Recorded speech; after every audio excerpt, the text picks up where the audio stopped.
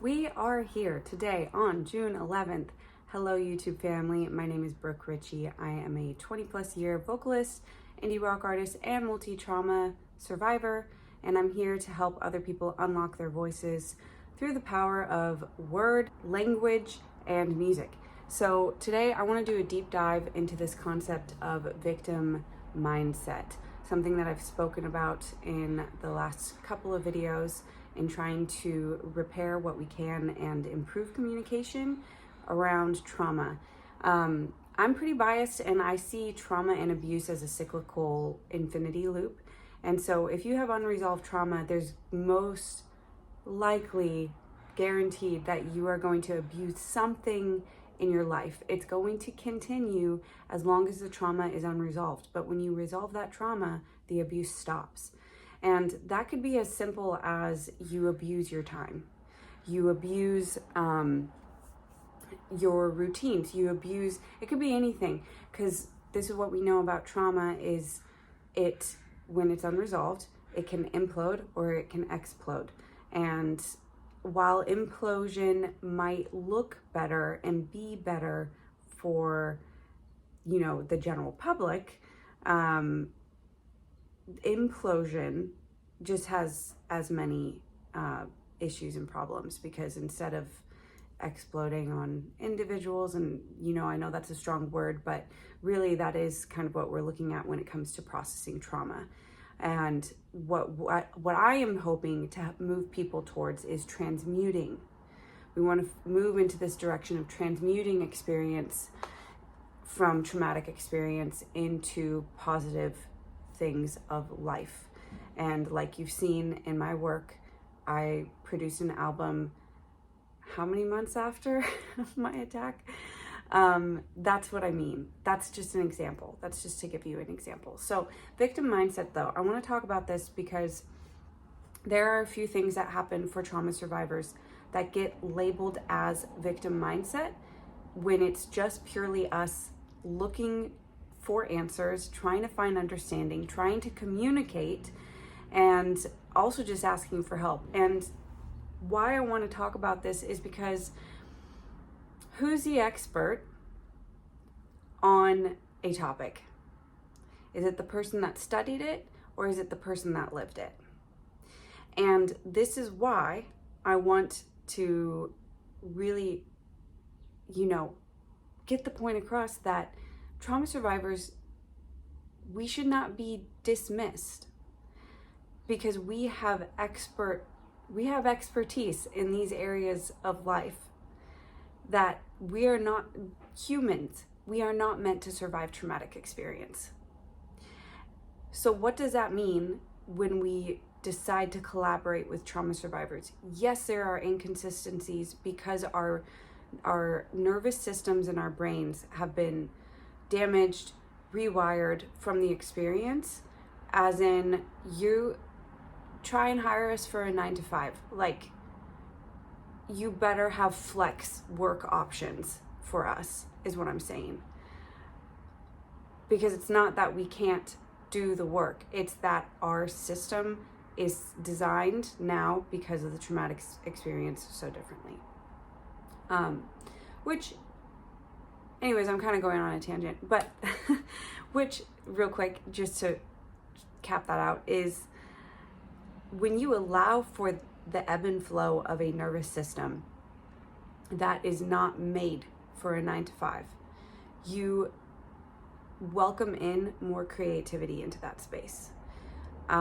You welcome in more of a free flow, relaxed energy, because the thing about trauma is when you get stuck in your trauma for so long, you detach from time. And so that means that we operate in the world differently. We don't operate on time equals money. We don't operate on, proving ourselves by means of time. I hope this is tracking. Okay, anyways, I want to get to my point. So processing and talking about what happened is often labeled as victim mentality. And this is a problem.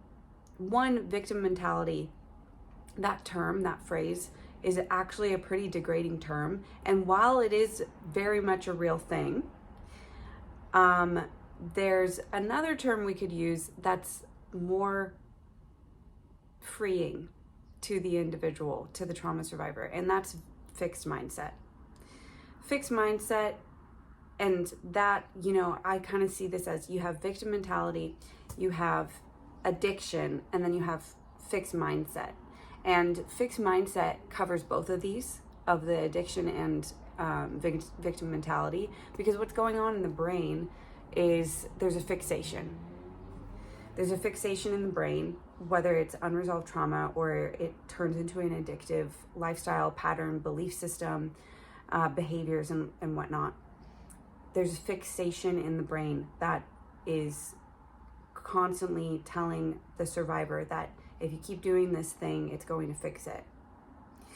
And so that's why just shifting the vocabulary around this, around communication and conversations, is super helpful in the long run, because it's, it's all a stereotype. Like, it comes down to stereotypes, is what I'm saying. And if you stereotype trauma survivors as mentally unstable, we're always seen as mentally unstable, but we're the experts. See how that's an issue? We're not mentally unstable. We survived things that humans are not made to survive by definition. And so that's why shifting the language is really, really important and makes a big difference in the long run of kind of where our world is headed in how we collaborate with one another. Because I'm very biased. If you just look at everything from a trauma-informed perspective, you'll see straight through everything. You'll see straight through why that person is reacting to you the way they are. And because you can see that reaction and why they're dismissing you, you automatically also can tap in and see what their needs are.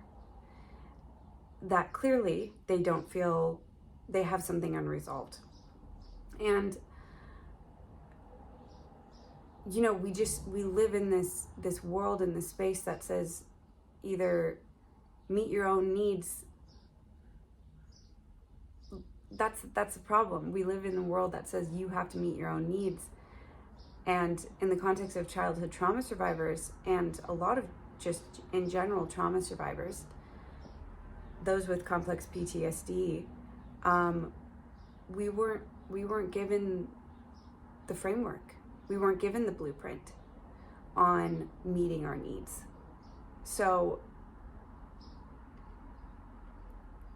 when we're processing about what happened, it gets labeled as victim mentality because there's the fixation, the focus on what's being said. But you have to remember that trauma, it changes your brain chemistry, it changes your nervous system, it weakens the amygdala and the hippocampus.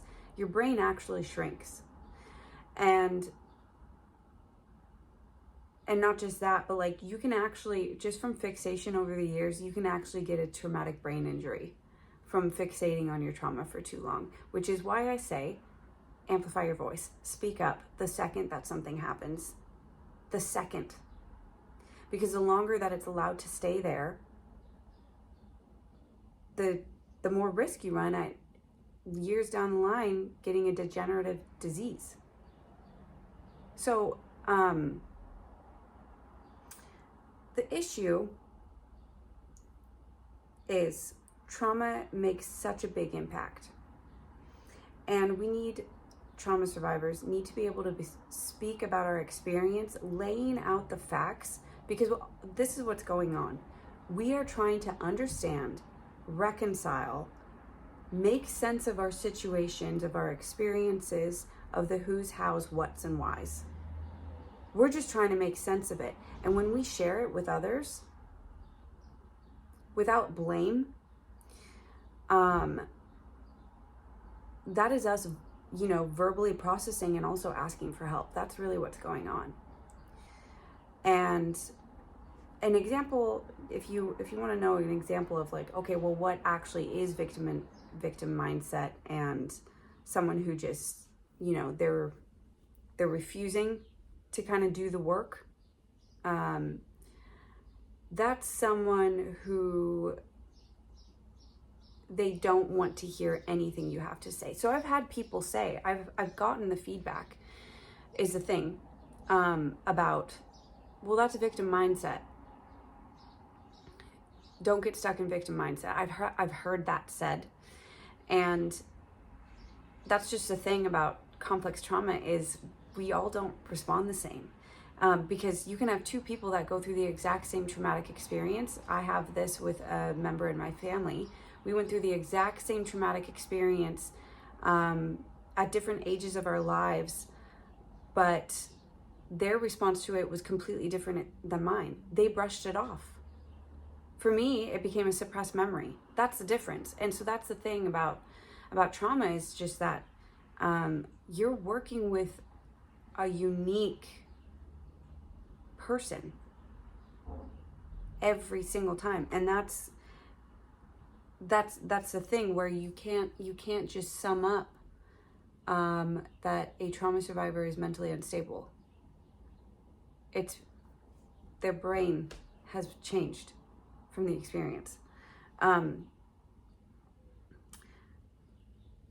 So an example though of it's someone rejecting anything. It's someone who deflects, defends every single time someone brings up their own opinion on where you're at. And that might lead them to sever relationships and ties and, put an armor up of like, well, I have this going on, some kind of form of protection, as opposed to just like, okay, I don't have to respond to that, but I'm taking that as data. Maybe they do have a point. That's the difference, is the thing.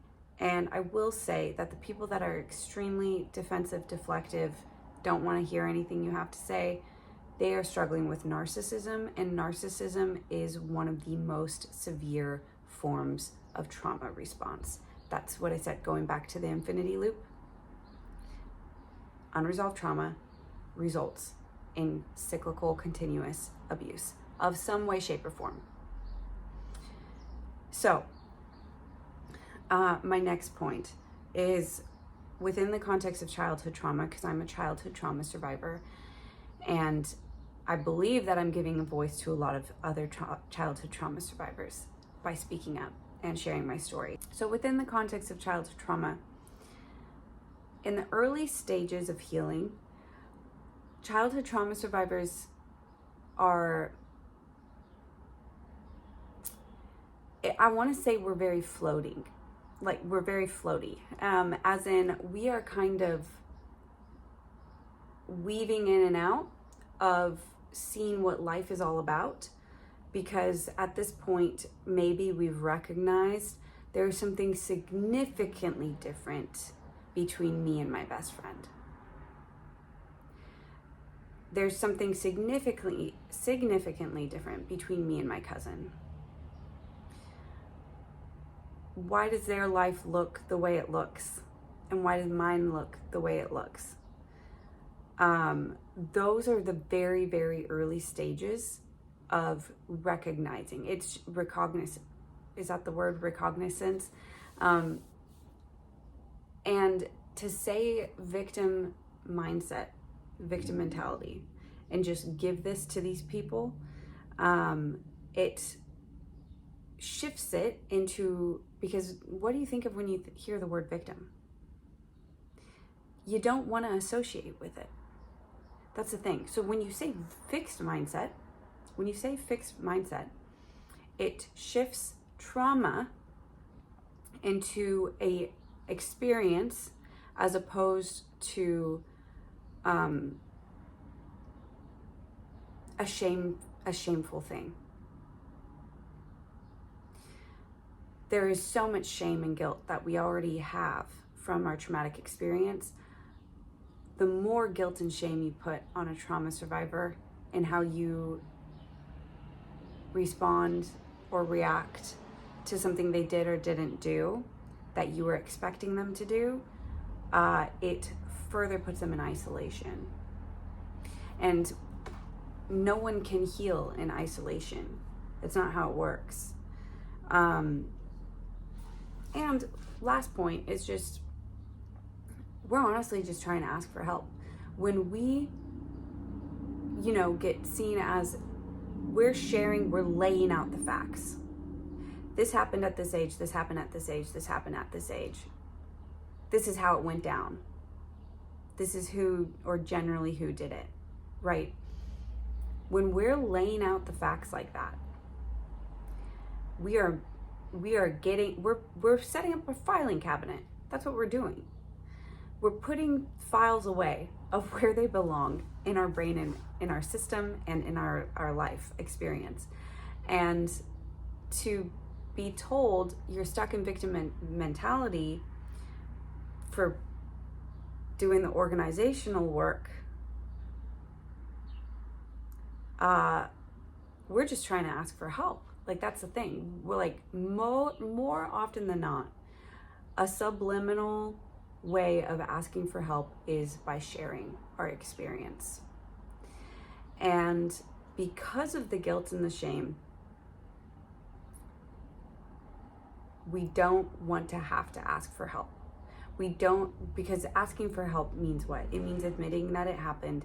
It means accepting who did what to you, and the disappointment and the grief that you then have to look at by admitting and accepting. And this again is why I say speak up the second something happens, because when you suppress that acceptance and admitting what happened to you and what someone did to you, you tolerate it in your system. And that's something in the world that we collectively will tolerate, is when we say, okay, you experienced this trauma, it's your responsibility. And of course it's their responsibility, which to heal it, to do the work of their healing journey. That's not what I'm saying. What I'm saying is we can't heal in isolation. There is no healing in isolation. There's steps along your journey where you'll be alone. That's for certain. But when we're asking for help, for validation from others, it's just that. The book Platonic it's a great read. It's a book on how to maintain and gain relationships, friendships, and how friendships are so important in our lives. And isolation is something that's talked about, where people who are alone, right? People who feel lonely, it's because they have poor relationships in their life. They have poor friendships or lack of friendships. They're isolated. And the thing about all of this with trauma processing is we need you all. That's the thing. And I'm speaking, from the trauma survivor conqueror that I've been. Like, we need people to look us in the eyes and say, that was so wrong. You should have never experienced that. And I'm sorry you had to go through it. It makes such a difference. The power of ICU, as I've talked about in other videos, it makes a difference. So victim mentality, victim mindset, just call it fixed mindset. That's so much more detached. It's a way to detach a little bit from the traumatic experience. It's a way to just reframe trauma as something you experienced, not something that reflects your worth, right?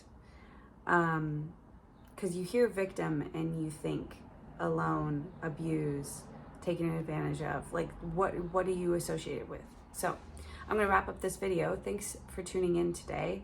And if there's anything you'd like me to talk about, go ahead, drop in the comments. Peruse over to my website, get subscribed, hit the subscribe button here just so you get those updates for new videos. But if there's anything you'd like me to touch on, I would love to do the work and help you in that navigating of making the sense of your story, of your experiences, and ultimately help you transmute them. Because it's really in that transmuting work is where you can conquer your trauma. And if you would like more help in this area, I have Amplify Your Voice closing the doors this Friday at midnight. And this is my 40-day program reset for you to get back on track with your life, to move past suppressed memories. Maybe this has happened with folks where they have found that they do have unresolved trauma. And this is an opportunity for you to really take that big step in taking control of your life and reclaiming your voice. And other links and resources for you below for your healing journey and to see how you can support me, Blackbird Collective, and the Strawberry Initiative. And I'll see you in my next video. Thanks so much, and much love to you.